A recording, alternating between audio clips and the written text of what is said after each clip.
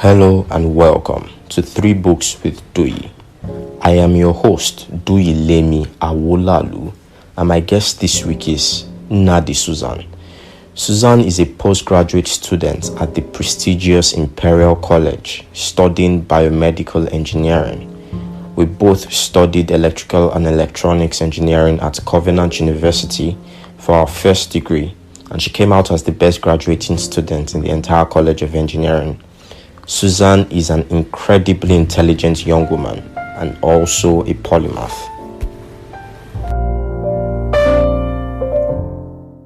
Okay, Susan. Good evening. How are you doing? Hi, good evening. I'm fine. I'm doing perfect. Quite all right. Okay. Yeah. How's your day been? Today was No fine. sure. Yesterday I had this huge bucket of KFC chicken and I couldn't do my exercise today because of that. So I think I've been set back like 3 weeks. You've But been it was worth exercising, it. been working out. Yes. Been working We're out. trying to call ourselves fitness enthusiasts, you know.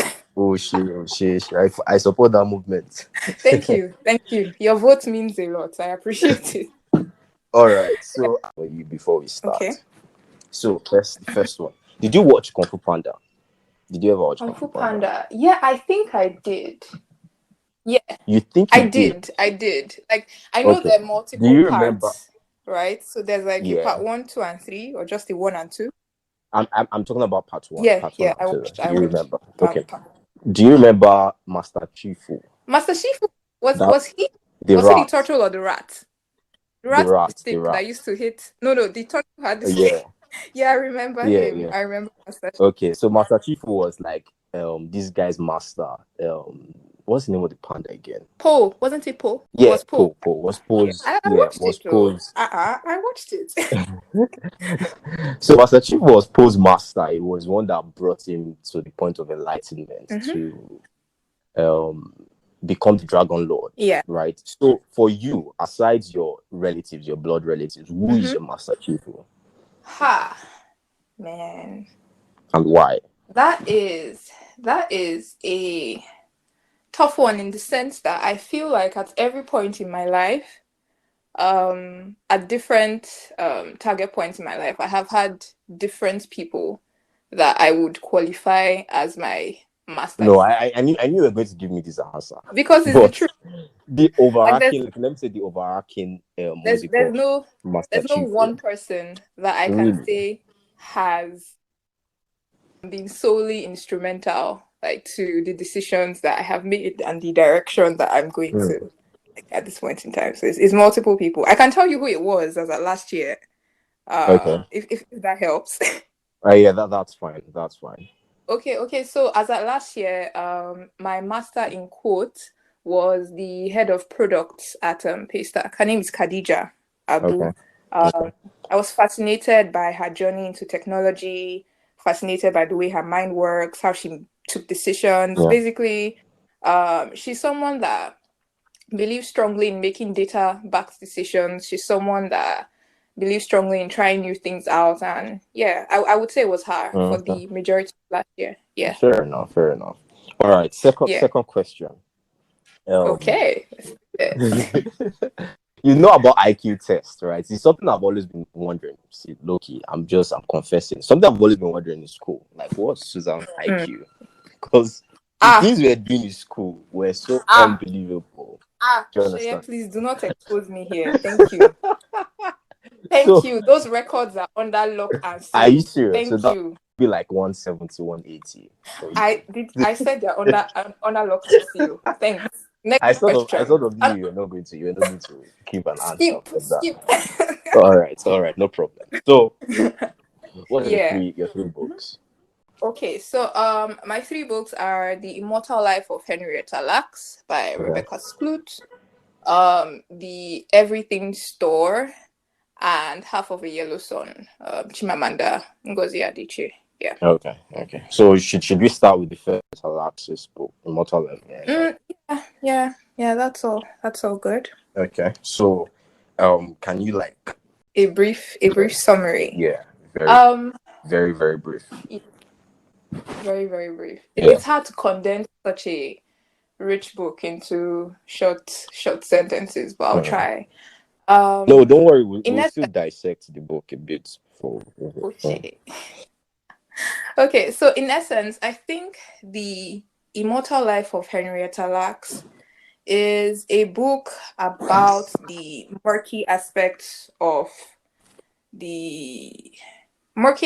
medicine generally. It talks about this African American who died in 1951. That was thick of Jim Crow era, segregation everywhere. Who had cervical cancer, and some of the cells from her cervix, the cancerous cells, were taken without her consent, and eventually used to develop the world's first immortal cell line, used to test multiple diseases. Turned out into a huge phenomenon, and today we have those cells being grown in almost every basic biomedical research lab in the world grows her cells or has some of her cells stored. So that's the overall storyline. When you told me about this thing, I was kind of surprised that I hadn't heard about the story. Heard about it, right? Yeah. And to me, it is one of the most incredible stories I've ever heard of in my life. It was very touching. And the science of it, like the mortality of the human cells, or like any cell at all, like, it was busting my head. To conceptualize. It was busting my head, like, bruh. So literally, some of our cells can live forever and ever. Some cells can live forever and ever. Technically, like it's crazy. Technically, it's crazy. Technically, I heard about this in a tissue engineering class that I had early this year. Yeah. So we were talking about how cells are supplied for regenerative medicine. Yeah. So not to go into too much detail, we're talking about stem cells, difference between stem cells and regular cells. And my professor just randomly mentioned that there was this HeLa cell line, and she asked if any one of us had read this book, The Immortal Life of Henrietta Lacks. And I remember clearly it was a class of around 150, and only one girl raised her hand. Wow. And I think in that class I went on eBay and I ordered the book, like right there and then, because I was surprised I hadn't heard of it. It was she didn't even mention that it was an African American woman at that point. It was eventually that I got to read it, and I was like, wow. I consumed every bit of information I could find. I listened to podcasts, tried to find the film about her. Me too. I tried to read everything I could about like the cells. I watched the film adaptation. I didn't really enjoy it. It was just all over the place. I started, but I didn't go through. But like I tried to read like as to why cells can grow that way. So I think was it because of the mortality of those cells that she had that cervical cancer? Okay. No, it's the other way around. So the thing is, she had this misformation in her genes, HPV. Before then, they didn't realize it led to cervical cancer, but that was the primary reason why she got that cancer. I mean, cancer simply means that your cells are dividing at a rate they're not supposed to divide.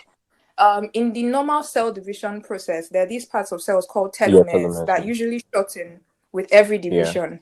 So at a point in time, they will literally disappear to nothing, and at that point in time, that cell can divide. So it's the body's natural way of regulating this division. So when you have cancer, these systems simply don't work. So your cells just keep on dividing and keep on proliferating.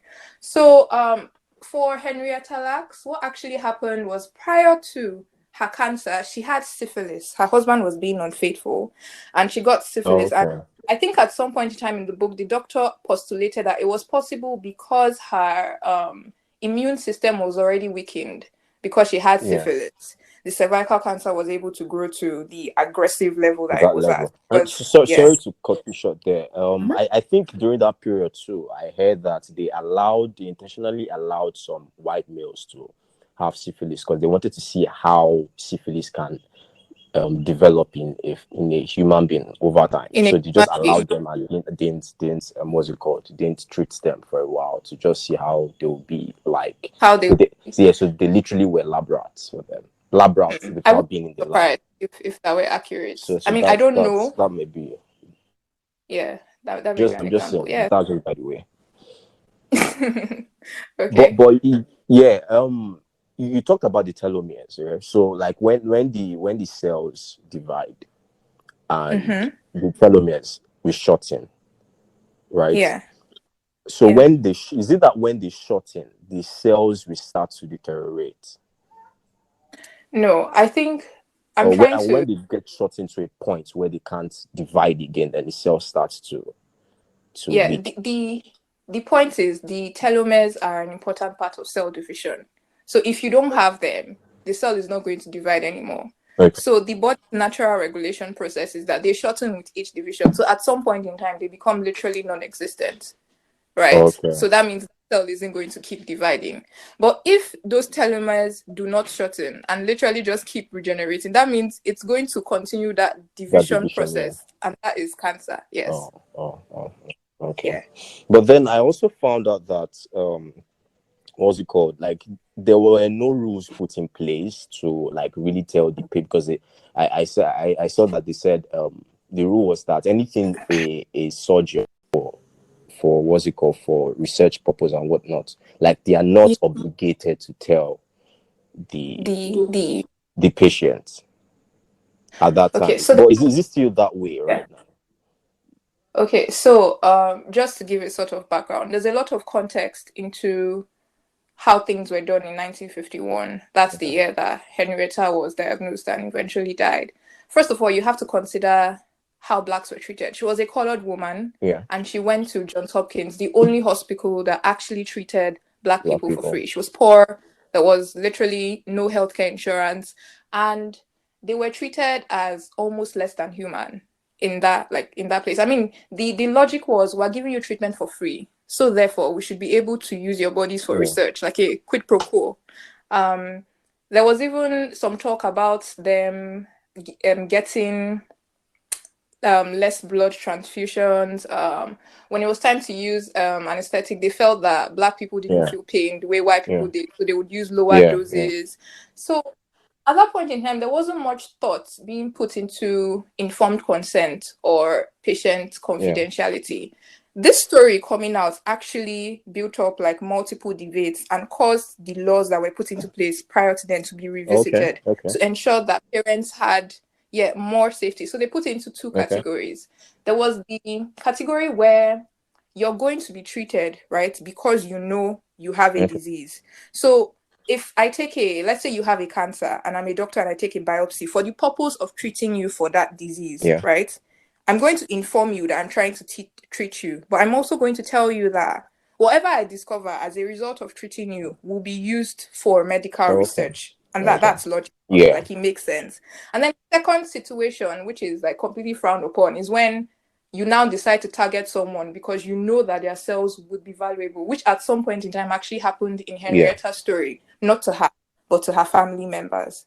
So those are the two cases. So today there are a lot more laws guiding these things. I mean, the HIPAA Act basically prohibits you from just taking advantage of someone's cells or someone's tissues and using them without their express consent. But there's a lot of debates because we're in a market-driven society, and whether I like it or not, science is part of that market-driven society. And the honest truth is that the problem starts to arise when you have tissues, they lead to products, and you start to commercialize those products. I don't think many people will object to their tissues being used to better medicine. But you would want to, like, you get more interested when, my tissues are being used and someone is making profit. At least you should give them their share.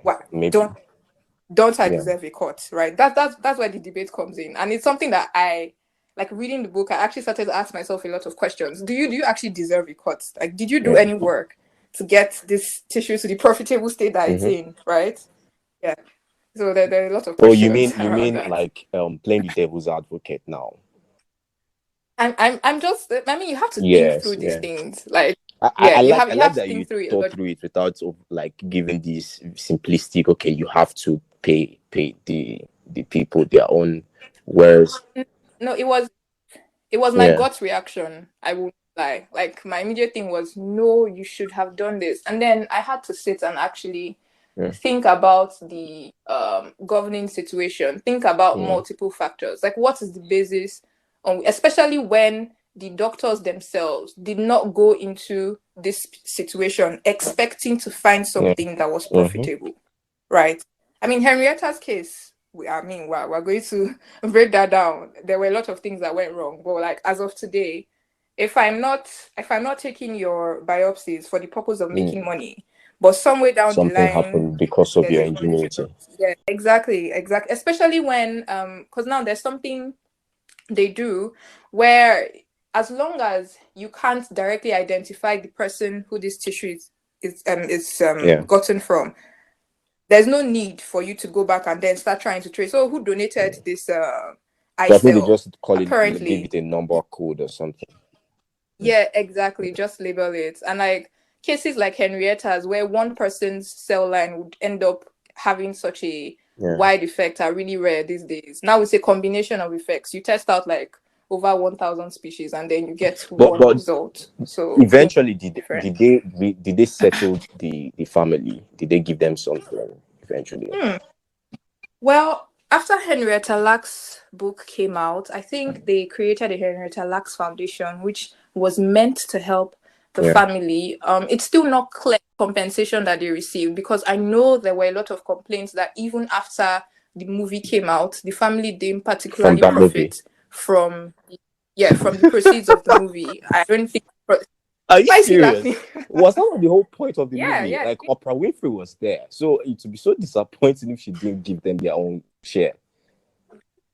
Based off of what? It's about their family now. It's about the mother. Yeah, but you need to put these things in context. What would be her driving reason to give them a cut? I remember. We have to be realistic. I remember Rebecca saying at one point in time that they actually wrote to Hopkins University asking that, okay, because as of today, I think one vial of Hila, I can't remember the exact amount it's sold for, was worth a lot of money, like just one vial containing her cells. So they wrote to Hopkins asking that the family should be given some form of compensation, because it made no sense that the woman's cells had given so much to medicine and her family could not access basic healthcare. And Hopkins writes back saying they understand, they empathize, but that they didn't particularly profit from this thing. That's pharmaceutical companies that profited. So who exactly owes the Henrietta Lacks family?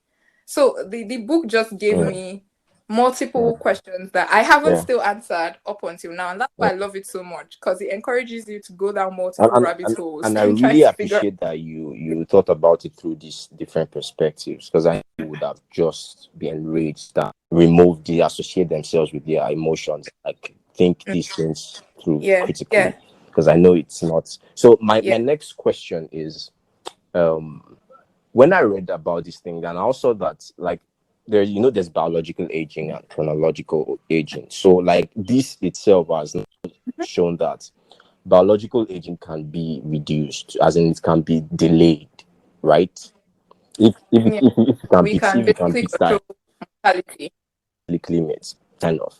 So you says you are in the medical field at the moment. Do you think the production of, like, I think it's the telomerase that produces more telomeres? Is that agent that produces more telomeres at the end of the chromosome? So, like, do you think eventually we'll be able to have controlled production of telomeres or production of cellular division? Yeah, to a point where it doesn't cause cancer, but at least it increases your chances of living for more years, like your biological age, your aging is reduced. Yeah, so basically controlled cellular regeneration. Are we get to that level? I think there's one thing we need to keep in sight here, that the HeLa cell line is a cancerous cell line. Like, these are not regular cells. These are cancer cells. So we can't, the behavior of the telomeres, we can't really place much we can't really build on that a lot as a foundation, because these are abnormal cells in the first place. Concerning the advances of regenerative medicine, first of all, it's a stretch to say that I'm in the medical field. Kind of. I'm studying biomedical engineering. Though. For doctors.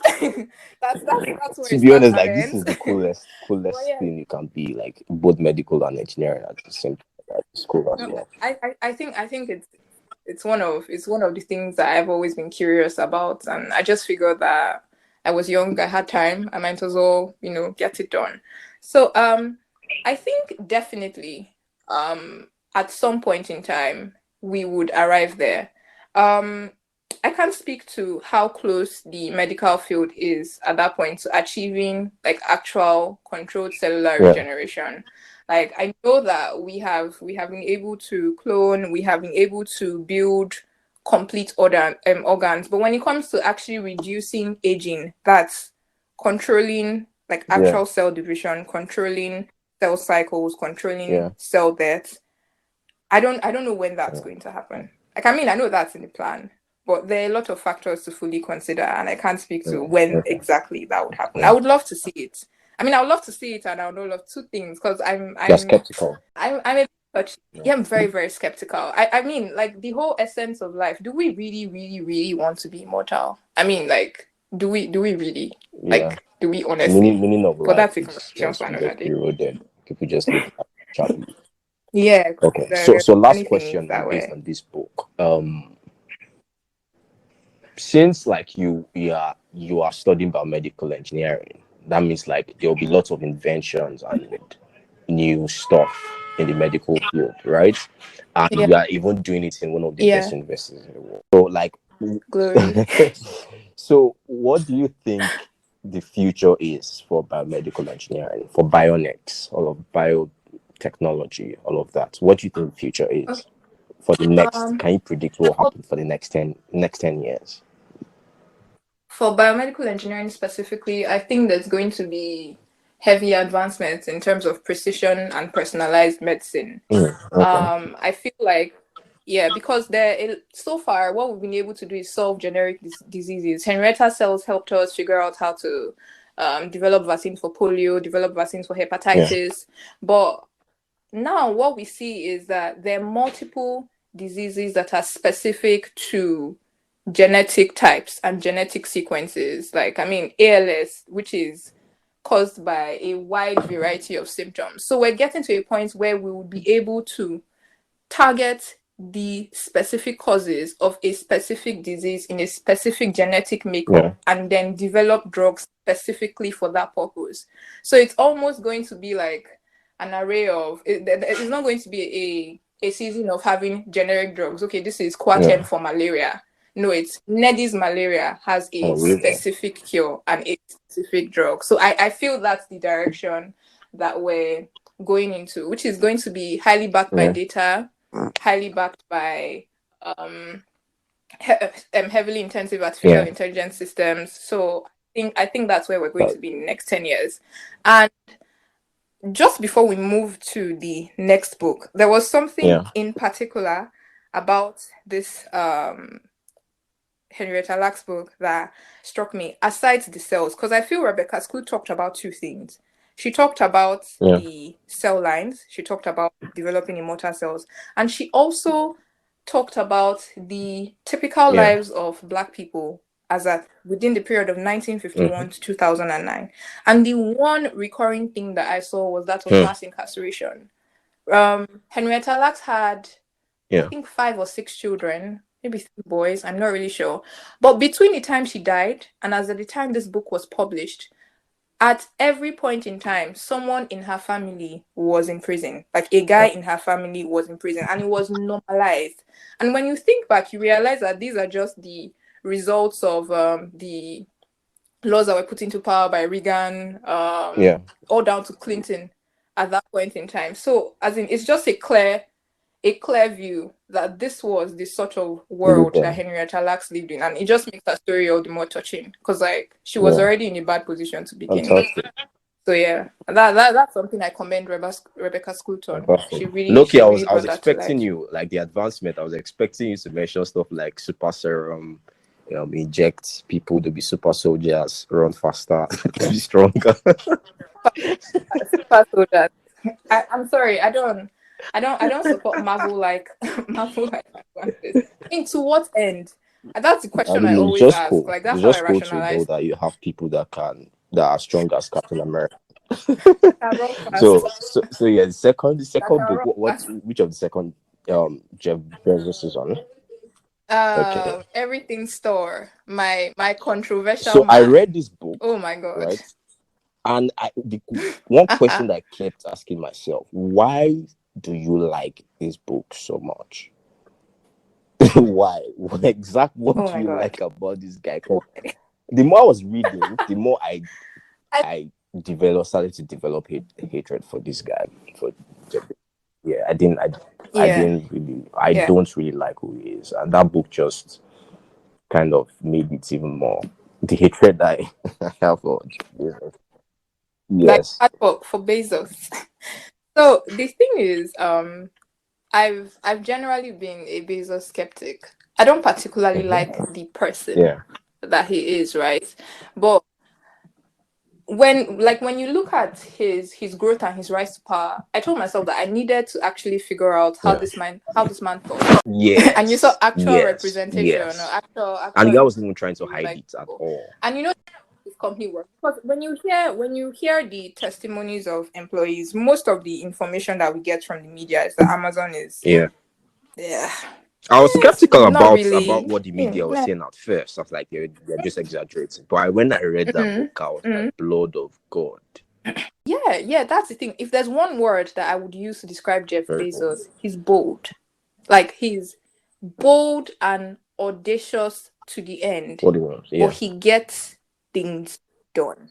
That's all this book makes me see. That say what you want to say from now to the end of time. Talk about his personal character. Talk about the way he treats people that are in his circle. Talk about how he obliterates competitors.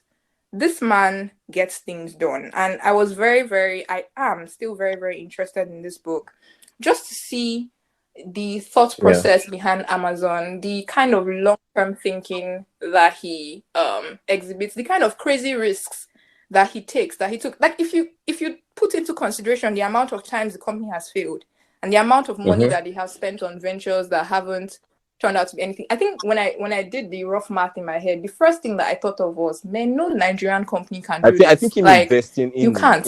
Investing in like all these other trying to acquire all these other companies. Like, he's down his Ojukokoro. Long truth. This guy's long truth is too much. It's too much. No, Jesus. I don't think it's particularly long truth. I feel like initially they were expanding, like they were just running with goal, like solely focused on expanding to a point that they sort of overdid it. I think the intention behind it was genuine and it made sense. This man started out with a niche area of books, but then was long-sighted enough to realize the capacity that the internet could become. Like, do you know what it means to sit down, like just at the beginning of the .com era, and be able to sit at your desk and say, well, now we could sell at some point in time. One thing I really liked about, and I mean two things. First and foremost, I see Jeff Bezos as both John D. Rockefeller and Bill Gates, or one of all these nerds, right? He had the grit, he had the brutality of and the wisdom of people like Rockefeller, Carnegie, Henry Ford, all those guys, right? But then he was really, I mean, like, I don't know about now, but then, like, he was as smart as them Bill Gates and whatnot. Was a nerd, but also wise like those old guys. Do you get? So that was a very weird that is a very weird mixture, and he like utilized that really well, because the way, like, other books like Bill Gates and Elon Musk and all the other guys, like, you could, Steve Jobs, you could see like a little bit of naivety in these are small boys trying to change the world. Like, I didn't see in any Yeah. place where Jeff Bezos said he wanted to change the world. Like I don't to change any world apart from the moving to space thing, right? But he knew what he wanted. And secondly, the thing I realized is he has good foresight. Like I don't understand. Yeah. Oh my God. I don't understand. I think this For him to, I at the don't know beginning where of he the gets it from. .com era, for him to know that there's an opportunity, for you to leave his Wall Street, for him to leave his Wall Street job, right? His current job. And to be so My adamant God. in doing this thing. And he was so sure that this thing was going to bring something. And look at him investing in Google, right? He had already passed the funding period. And he insisted, he said, no, there's something about these Google guys. I want to invest. Until now, I think his stock there's about is worth about billions of dollars. So, the funny thing is, like, another thing that I really took from that book was the secret behind his decision-making process. He actually said this was how he decided to leave Desco. There's this framework that he follows, the regret minimization framework. So his logic was that when he was 80 years old, right, it was going to be inconsequential to him, like if he had left Wall Street at a point in time, like when he felt the internet was about to take off. Like if he had gone on to do Amazon and he failed, he could have clearly come back to another well-paying job on Wall Street because his credentials would speak for him. But if he hadn't left, he would have clearly regretted that more. So he simply took the road that he would regret less. Like that was how he made a majority of his decisions. That was how he made majority of his acquisitions. And you see that being repeated as he keeps on going, as he mastered distribution, mastered retail, moved onto Amazon Web Services, moved onto the Kindle. Like you just see him basically trying out everything and anything. Yeah, like that. And I think that's very fascinating. And it leads back to his eccentric personality and the fact that he's an unusually driven person. Like I think he's crazy. I think that's the only way to describe it. But yeah, I particularly enjoyed this book because he just laid it like stark, like he's in charge and just laid it out before us. Concerning this book is that's for you. This question is for you. Would you leave a Wall Street job, a well-paying, like let's say you're like one of the vice presidents of that company, Wall Street job, to do something as absurd as selling books online, as in to create a website to sell books online? Would you do that? No. I love your no, I'm being the reason why I appreciate this man so much is because I know that he has guts that I don't have yet. Maybe at some point in my life, hopefully I will cultivate them. But Bezos, like I said it before, like the one word I'll use to describe him is just bold. Generally, I as a person, I'm very low risk. Like I would think things through till the end. I might leave if the company had already started and had got to a certain level. Oh yeah, you're working, okay, I'll come. Like that is how I have lived my life. And it's at this point in time, by reading books like this, I'm trying to open my mind to the possibilities of not being so cocooned in a specific comfortable place that I'm not so comfortable that I can't even make any change. So yeah, that's definitely it. I mean, who thought Amazon Web Services would be where it is today? It started out as curiosity. Let's open up our APIs to programmers, and next thing you know, it even makes almost as much money as you get from the retail store. So it's using this platform. Everybody. Shay, how can you say you do not like this man? Yes, like I don't personality. Like his personality. He's someone you hate, but you have to love. There was nothing for me to connect with. He looks like he's superhuman and a villain. The other guys could still like a bit relate them, like they're a bit relatable. Yeah. But this one is just out of this world. It's just out of this world, to be honest. Yeah. So yeah, I think one of the most curious things about him is how, and it's also repeated several times in the book, he says that he's obsessed with customers, right? And you actually see it in how at the Amazon retail space was so focused on ensuring that their customers got the lowest possible prices. It didn't matter if they were driving the suppliers out of competition. They just wanted their customers. I sort of forgot. about this customer obsession. You know, he didn't bring out this. I think it was like a five core values for the company. That was about like 3 or 4 years into that company. Like someone had to remind him that, bro, we don't have core values for this company. So the first one was customer obsession. So I was thinking that is it really customer obsession or money obsession? Because they really did. To be honest, the only reason we are obsessed with customers because they are the ones that will give you cash. So is it really customer obsession or money obsession? Okay. But because we could see that, like, for example, when Harry Potter Part 4 came out, I think Part 3 or Part 4 came out, he kind of reduced the price, right? Yeah. But obviously, we know that because he wanted more customers. Is it really customer obsession or money obsession? Okay, so the thing is, I feel that Bezos is willing to lose money in the short run to make money in the long run, right? So I feel that people who are solely money obsessed, maybe I'm trying to think of a company. I can't really think of one right now. Companies who are solely money obsessed are less. They are more averse to risk. Like they wouldn't have done a couple of the things that Amazon did in its goal to becoming like the one-stop shop for customers.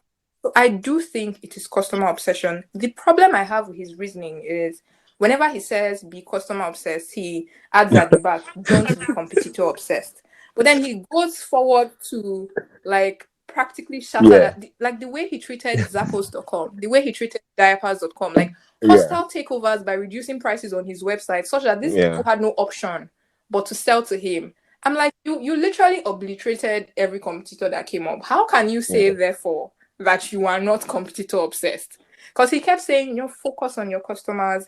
They're the ones that are going to buy your product. Focus on your customers. But at the same time, he didn't want to let any part of the pie slip away. Electronics were going in. Music were going in. I think I like to do a side-by-side comparison of Apple and Amazon, where Apple got the iPod and literally stole like music like away from them. And then they decided to focus on books, brought out the Kindle, and decided to like infuse their own personality into how they sold books. So I think he was customer obsessed, but when he says he's not competitor obsessed, I'm like, So he's also doing alongside Elon Musk the Blue Origin. Yeah. So what do you think? Blue Origin is like? Are you in support of we colonizing an extraterrestrial, what's it called, planet? And I will seek your permission to respond to this as a Nigerian. Yeah. If I'm speaking from my personal I've never been curious about space. Like, I mean, I want to understand how it works, but it has never, like, going outside the Earth to build a space station. I mean, it's great. Yeah. In theory, I like how it sounds, but I've never been one to say that's an idea I want to explore. No, not particularly. I feel like there's still multiple problems to be solved here on Earth. I mean, that's why we need people like Bezos that can think in that direction for the rest of us. Because personally, I'm not particular. Like, it doesn't. I love to see it, but it doesn't. It's not something I would have say a very pessimistic view of like the future, and I see where, because there's so much potential energy. Like, what I mean potential energy is, we have so much stored energy that could just be used as, like, kinetic energy is war and conflict, right? We don't have much war, right? Compared to like the 20th century and the 19th century, right? So, but now we have bigger potential energy. We have nuclear weapons. We have weapons that are big enough to obliterate the entire world. Yeah, but it's shaky. Yeah, but nothing has shaky. happened Look yet. at So the it's problem in North Korea and America. People talking about bombing each other over Twitter. It was that stupid. So it's very, very shaky.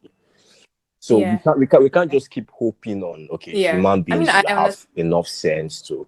So I think that is why these guys are planning to try to accelerate our extraterrestrial. Our move into. I mean, I think it's quite visionary of them to think in that direction.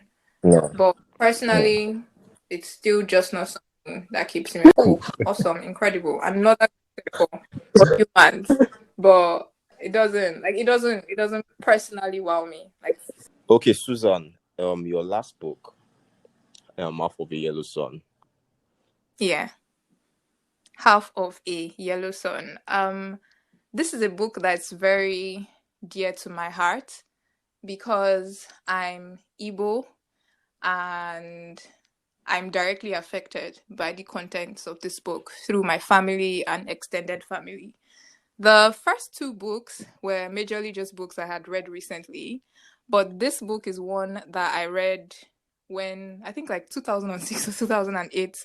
I borrowed the book from my parish priest, and yeah, so it's about a humanized account of the Nigerian civil war. It represents the 60s and post 60s era in Nigeria beautifully, and I think it's just a relevant, timely account that speaks to what happened from the perspective of three human characters, and it's just relatable. I think that's the best part of this book. It's very, very relatable. It humanizes the suffering. So I watched over the weekend. I watched the film adaptation of the movie, and I was really impressed. I was really impressed that, not to sound off, but I was really impressed that a Nigerian could pull something off like that, because it was to me, it was really perfect. Very, very perfect. And I clapped at the end of the movie, like, yes, this is a masterpiece. So, like, what characters blew you away? Okay. So, first off, thank you for stroking Nollywood. We see you. We see you. We see what you're doing. It's okay. We see you. So I'm taking it characters in the book plus characters in the movie. For me, the character in the book plus the character in the movie, both of them, like this specific character that I'm about to mention, and that was Ugu. He was played by John Boyega. In so many ways, and I think Chimamanda even said this, I think this book is centered around Ugu's character. He starts off as a houseboy that has to live with his master, and he's someone that's genuinely curious about life. I think that's like a trait that I share. And the funny thing is, Chimamanda said this too. Yeah, so he's someone that's genuinely curious about life. Like, you see him arriving, barely finishing standard 2, and by the end of the book, he's someone that is penning down the history of what happened in the war. I think the title is "The World Was Silent When We Died" or whatever. So I really, the character was profound for me because he sort of stood out, like from beginning to the end, as someone that was experiencing constant growth. And Chimamanda did a great job of humanizing his character. Like, he had weak moments. I mean, he was part of the soldiers that actually raped a fellow Biafran, like soldiers that were meant to protect people that they were meant to protect. So yeah, you just see his growth, and then he comes back and finds out that his sister, a Biafran, was raped by multiple Nigerian soldiers. So it's just there's a glaring expression, or there's a glaring description of suffering that the book shows, that it actually represents what happened in that war from all sides across board. So Ugu was my another person that comes close is Kai Nene, but you know, my babe. Yeah. So Loki, I was expecting you, because I would have thought that your only profound character was Ugu, because I wanted to ask, like, what about Kainene? Almost every girl will say Kainene. Yeah. I mean, she speaks in a broader sense to the sort of woman that a lot of us aspire to be in some ways. Like, she's not particularly conventional. She has her own mind. There's just this strength to her. I remember a part of the book, Richard was speaking from his perspective when he started living with her. He said that she was someone that had her own life, irrespective of him. So even when he came and entered into a relationship with her, she had her own set things. So he was almost like a bystander, like an observer. So she didn't change anything. Like, Richard was a dead guy, was a dead shy guy. So he was just there.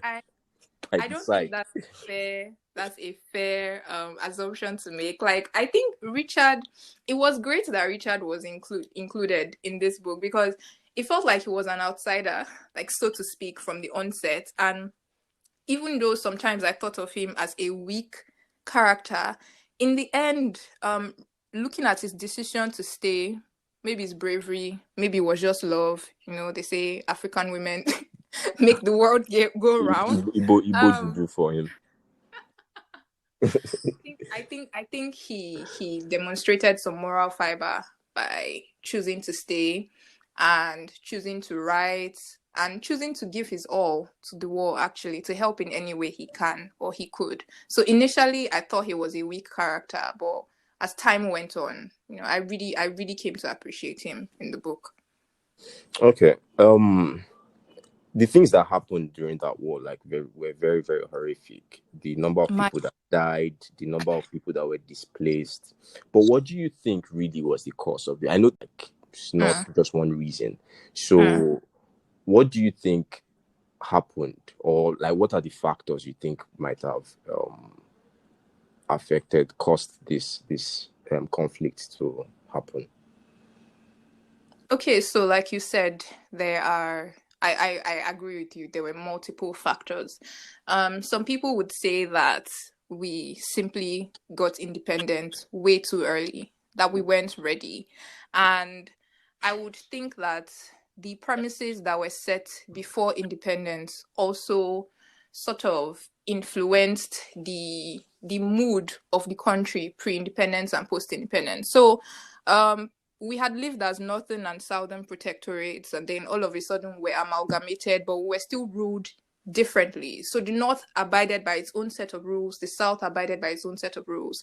Even when we divided into regions, North, South, West, North, East, West, and then there was the colony in Lagos, the premise was such that because we were under one Nigeria, it felt like different regions were competing with each other. So there was that prior friction that wasn't fully addressed. In fact, I think in Chinua Achebe's book, he mentioned that before independence, the one common goal that everybody has was that they wanted to be independent. Like, aside that, everybody had their own ideologies on what was right, where to go. So you can imagine that sort of near explosive situation, and then you put all these people together and you're like, okay, you are now independent. So sooner rather than later, there was bound to be some sort of conflicts because those initial things were not addressed. I mean, there were so many things. Like, then the first coup happened, then the second counter coup happened, and there was anger. Like, there were mass killings. Like, it was to be expected. There was the census that happened, I think 1962 to, I'm not really sure of the exact date, where the Eastern region actually rejected the results because they felt that other people had inflated it. They had to do it twice. That was one. There was 1964 elections. People did not agree with the results. That was two. So all of these things had happened sequentially and they hadn't been addressed properly. So I think the coup was just the final thing that just pops the lid and war broke out. So yeah, you're right. There were multiple things, too many things. Yeah. Okay. So in terms of solution now, because personally I have my own what I think could be the solution. It might sound very radical, but to be realistic, I think this guy, I can't remember, either Socrates or Plato talked about, I think it was Socrates, can't remember, talked about the dangers of democracy, right? Especially when your population is not well educated, right? They don't have the necessary, because he said, I think in his words, he said, voting itself, it is a skill, right? It's a skill that needs to be learned. Maybe you have to learn philosophy or learn politics or learn the essential PPE courses, philosophy, politics, and economics. So imagine you have a population that has no clue, right? They are only drawn to people that can appease them and can, that good talkers, basically. They are called demagogues, right? They just know how to talk. Perfect example is Donald Trump, and right? Hitler. And Hitler, people like that, or even Vladimir Lenin, people that know how to talk and not really, or they are called demagogues and ideologues, right? So that's the danger of not having a well-educated population. So what you do, for me, democracy doesn't seem like the right kind of governance, the right form of government for a society like that. I think dictatorship in a way. Yeah, this sounds really radical. But a dictator that wants the good of his country. Perfect example is Lee Kuan Yew, right? Singapore was not a purely democratic country. It's not. I don't think it's still a democracy now that Lee Kuan Yew is no longer there. We've talked about Thomas Sankara before. I think a year or 2 years before. Right. So I kind of have this theory that for you to have economic growth, like exponential economic growth in less than a century, you cannot use democracy. It's not possible to move from a third world country to a first world. We can go about this one by one. Let's look at the Arabic countries. None of them practice democracy, right? Malaysia today, I don't think they do. Singapore, I'm sure they don't. China, they don't. If you look at the economic growth of Burkina Faso for like 5 to 10 years, during when this guy was there, it was massive improvement, right? But democracy takes a while. For it to even work in America, it took up to like 150 to 200 years, right? So I think if we need accelerated growth in a country like Nigeria, where a vast majority of the population are not educated at all, I don't think democracy is the right thing to do. Don't you think? Okay, so there are multiple ways to look at this. You've identified that the problem, or rather the premise on which democracy can't work, is because people are not educated. Yeah, what are they educated about, right? What then they have, like, they can't make the right decisions in democracy because they don't have the right information. Personally, when I first read Half of a Yellow Sun, I was in JS2 or JS3, like a lot of people, I had so many questions, and after that I became angry. And after I became angry, things started to make sense. I started to understand why the society was the way it was as at that point in time. And personally, I feel if we're going to profile any solution, the first thing that we're going to have to do is to actually address what has previously happened. Like, I think context and empathy is necessary for any version of advancement that we're going to have. So before we say that democracy cannot work because people are not educated enough, what efforts have we made to actually educate these people? I mean, I fully understand that decentralizing Nigeria would actually be a feasible solution. Let the North run what the North wants to run. Let the East run what the East wants to run. Let the West runs what the West wants to run. But there is no guarantee that even if we do that, the same problem of people not being educated enough is not still going to arise and cause future problems. I think that the inclusion of at least a seemingly unified version of history in the syllabus that we teach like young children would go a long way to mold the way people think about these things from an onset. Because if you stop a random, like, just stop a random Nigerian in the street and then ask them their thoughts about how this country came to be, where we are now, where we think we should be going, it's going to be based on like loose things that picked from. Sorry, can I come in there? Sure. So you mentioned writing history, like what's it called? Letting people know about their history so that we don't make the same mistakes again, right? But who are the people writing the history? There is no way whoever is going to write it will have his own bias. Like if it's a Yoruba man, you write it from the Yoruba angle. If it's an Igbo man, you write it, and an Igbo man writing from his own angle will look at it from a victim perspective, right? And people can utilize that because we cannot assume that everyone is sane. There will be people that's a mistake people make. There are a lot of people that will take advantage of all these things. So there will be people that will take advantage, and people in the academia, people in politics will take advantage of this. If you want to lay so much emphasis on history, right? Yeah. But what I think is these things have happened, they've happened. What's the way forward? Because if you have to put human nature in the equation. So, like, we need proper education for people. How do we do that in the first place? We need the right people in government, right? For a vast majority of this country to be properly educated. But how? Since we need to even vote in the fees like a loop. Do you get? We need to vote That's the what I right was people in about to place in say. first place. But the people that are meant to vote are not educated. So how do we now vote these right people in the, you get my point? So Yeah, it's difficult. It's really difficult. okay. I think we're both, like, we're talking through opposite lenses of the exact same solution to the exact same problem. It's a circular thing. So you can pick one side to start, or you can pick the other side to start. Whichever way you pick, it's dependent. Being able to shift from a specific system of government invariably depends on education, and education invariably depends on being on the right people being in power in the first place.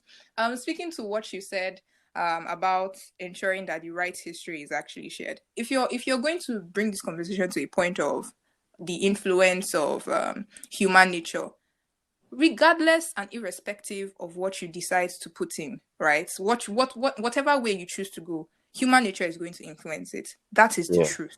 And I think, talking about Chimamanda again, I like the fact that even though her perspective was told from the even though her story was told from the perspective of Igbo people, majorly Igbo people, she still had a way of putting in tiny context about what was happening in other parts of Nigeria.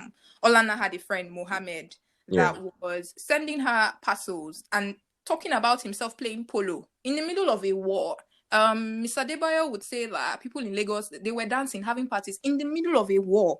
So these were Nigerians in Nigeria that had no idea what was going on. And like, that perspective was introduced in the book from an Igbo person. And like, it wasn't only written from a victim standpoint. And yeah, I get the danger in what you're saying. If you're reading Destination Biafra by Buche Mecheta, and if you're reading Obasanjo's account, you find some discrepancies. If you're reading what Flora Wampa is saying, and you're reading Nigeria by Watershot, you will find some discrepancies. But the truth is, if you want to get unbiased information, you're going to have to read multiple accounts. And at some point, a central theme is going to start to form. What I'm saying about being properly educated or having a standardized curriculum is simply, and I can't speak to prefer how exactly this is going to happen. I'm just like talking about my opinion. What I think would actually help is simply coagulating or bringing together multiple accounts, putting them side by side, and digging out the central theme. Obviously, people are going to be biased in telling their own stories, but at least they are telling the stories to start with. At least it is being acknowledged that these things happened to start with.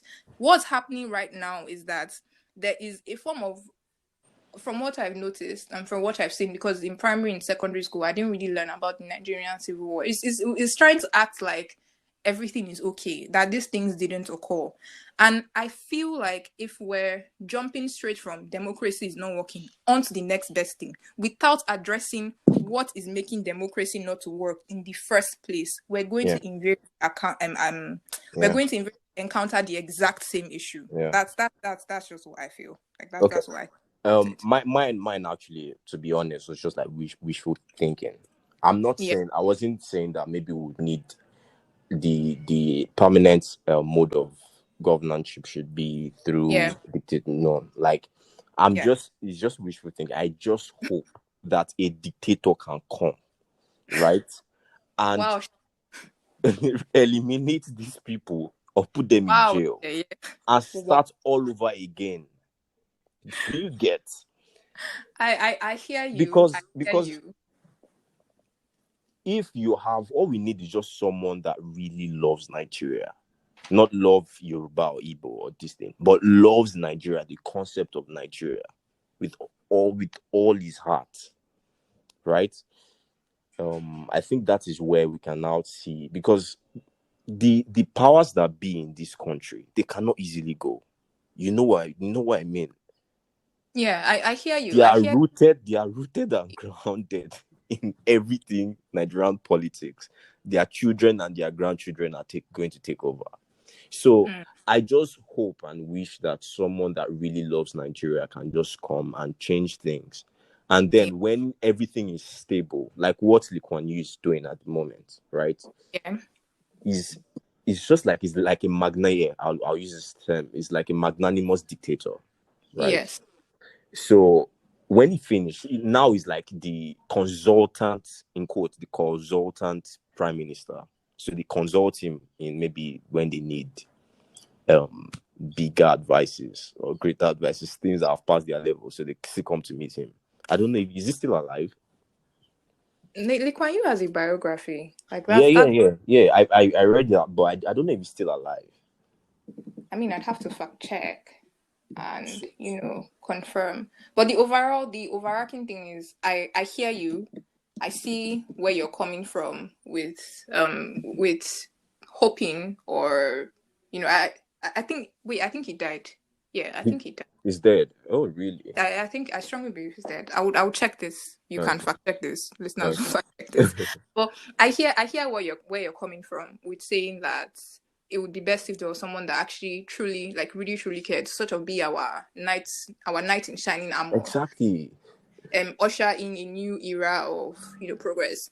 And I'm still sticking to my point that in order to have someone that cares about this country to that extent, we're going to need people to actually know about this country and come out of the state of apathy that we have sunk into. Because I feel like that's the average state of every Nigerian, and you can't blame them. Like, it's just why should I care? Why should I know about it? Yeah. I'm saying at the point in time when a child is going through the developmental stages of learning, right? Yeah. And I know that the next question is going to be, well, how do we get that to happen? Yeah. I don't know. This is a conversation we're having about what I think should actually solve these things. So I'm saying that they're both sides of it's like a which came first, the chicken or the egg? The chicken, exactly. That's literally what's going on here. Because there are so many reasons for this, and if we go through all these reasons, I don't think we are going. You're not going to be able to exhaust it. We are going to sleep here. You can't. So, anyways, thank you so much, Susan, for taking out your time to. I really appreciate it, and for everyone that listened to this, thank you and goodbye.